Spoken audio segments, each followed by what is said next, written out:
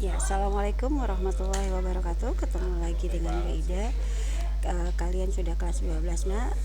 Semoga kalian tambah sukses untuk kelas 12 ini, dan di kelas 12 ini kalian akan bertemu dengan saya dalam materi sejarah Indonesia.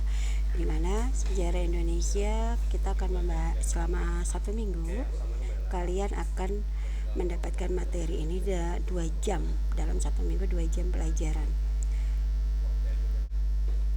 Ya, sebelum kita melanjutkan ke KD, Ibu ingin menyampaikan ke kalian kalau KKN di sejarah Indonesia dalam mata pelajaran Ibu, kalian harus mendapatkan 81 minimalnya. Walaupun tertulis di dalam dapodiknya itu 75, tapi Ibu berharap untuk mengangkat nilai kalian, jadi kalian harus mendapatkan nilai 81. Nah, nilai 81 itu tidak mudah bisa kalian dapatkan. Jadi kita harus ada kerjasama yang baik antara kalian dengan saya. Yang pertama harus kalian lakukan yaitu sehat selalu, berbicara santun, berdoa sebelum mulai pembelajaran, mengerjakan tugas PJJ dan dikumpulkan tepat waktu, bertanya jika belum paham atau aktif pada PBM ini atau materi ini.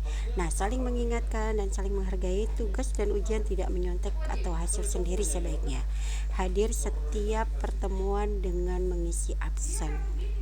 Ya, KD yang pertama yang akan kalian dapatkan yaitu upaya bangsa Indonesia dalam menghadapi ancaman disintegrasi bangsa. Disintegrasi bangsa ini yaitu ancaman dari dalam bangsa Indonesia sendiri seperti G30 PKI dan yang lainnya. Ya, KD yang berikutnya ya anak-anakku, yaitu peran dan nilai-nilai perjuangan tokoh nasional dan daerah dalam mempertahankan keutuhan negara bangsa Indonesia pada masa 1945 sampai 1965. Di sini kita akan membahas tentang tokoh perjuangan nasional baik di daerah maupun yang secara umumnya atau nasionalnya.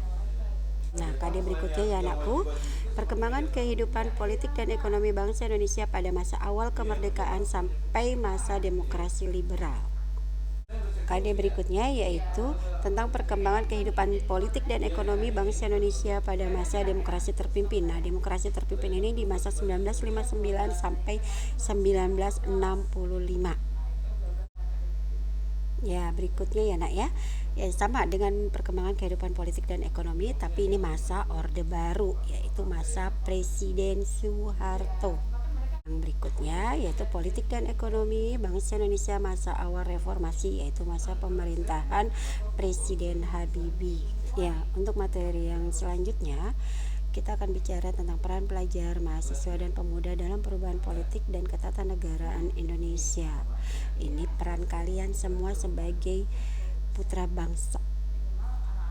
Nah, KD selanjutnya nak, kita akan membahas tentang perkembangan bangsa Indonesia dalam perdamaian dunia. Nah, perdamaian dunia ini seperti contohnya kita masuk ke dalam Dewan Keamanan PBB, di mana kita mengirimkan pasukan Garuda ke tempat-tempat yang dianggap masih rawan bagi untuk PBB. Ya, untuk KD yang terakhir yaitu tentang kehidupan bangsa Indonesia dalam mengembangkan ilmu pengetahuan, kehidupan bangsa Indonesia dalam mengembangkan ilmu dan teknologi era kemerdekaan sejak proklamasi sampai dengan reformasi. Jadi sampai saat ini, sampai masa pemerintahan Jokowi. Nah, itulah anak-anak 9 KD yang akan kita bicarakan di sejarah Indonesia, dan kalian bisa kita akan membahasnya pada pertemuan berikutnya. Cukup sekian Ibu Kira. Wabillahi taufiq wal hidayah. Wassalamualaikum warahmatullahi wabarakatuh.